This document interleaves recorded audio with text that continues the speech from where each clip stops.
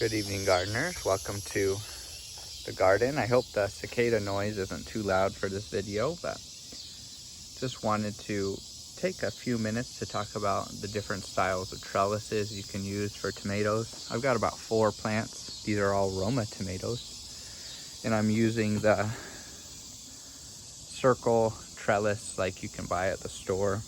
Really simple things that you just stick in the ground.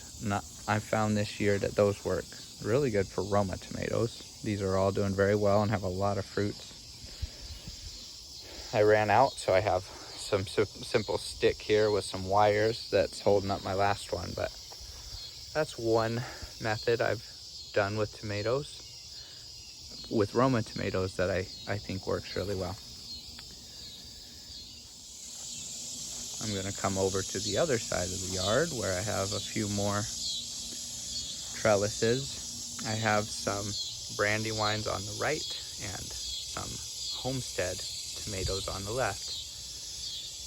And these are the string trellis type, and I've found with the ones I've tried among beefsteak, Romas, Homestead, Brandywine, these Homesteads have taken to this string trellis method the best, and they're really thriving, growing a lot of fruits. You can see a lot of them, a lot of the fruits coming on. That plant's doing very well. This plant over here is doing very well. So Homestead seems to really like this method. The Brandywine has not liked the string method too much, and again, there's a lot of variables. They seem to be right next to each other, but the soil could be different here, the water level.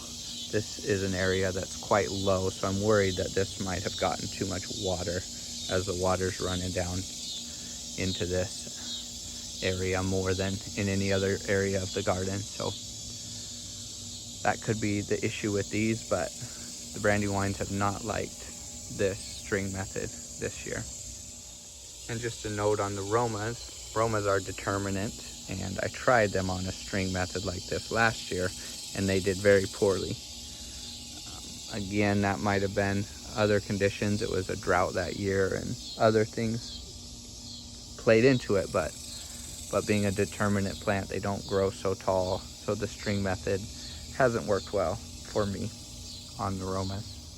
Here's a method for Romas that is working great for me this year, just a simple A-frame trellis, and then I'm tying with wires or strings, kind of whatever I can find about the shed, tying these tomatoes up, and they're kind of at the end of their production for this year, but they've given me a lot of fruits. I've probably got 100 pounds out of these 10 plants here, so it's been a really good yield, I think. And then this here is my Let 'em Grow Wild section, and honestly, they've done pretty good. There's one here. There's a Roma that's just kind of sprawling on the ground. It's got about 10 to 12 plants, about 10 to 12 fruits just sitting right there.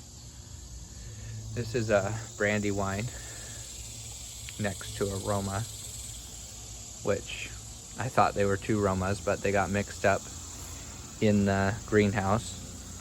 I'm sure you understand that, but this Brandywine has given me about 4 or 5 good fruits, and I think there's a couple more. That one's pretty small, but there's one there, and then there's a couple more fruits that you can see back in there. And this Roma is actually yet to give a fruit and has a lot of green leaves. Lots of flowers, though, all over it. I'm worried the next 2 weeks is supposed to be about 98 every day for the next 2 weeks, so I found it's hard for the fruits to get started when it's so hot. The flowers just kind of fall right off in the heat, but we'll see.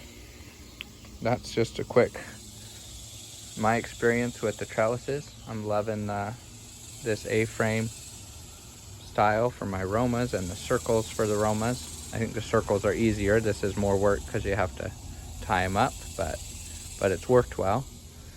and circles have worked well. Don't know what to do with Brandywines. This is working well, but it's madness. The string method has not worked well. And the Homestead variety has worked very well with the strings. So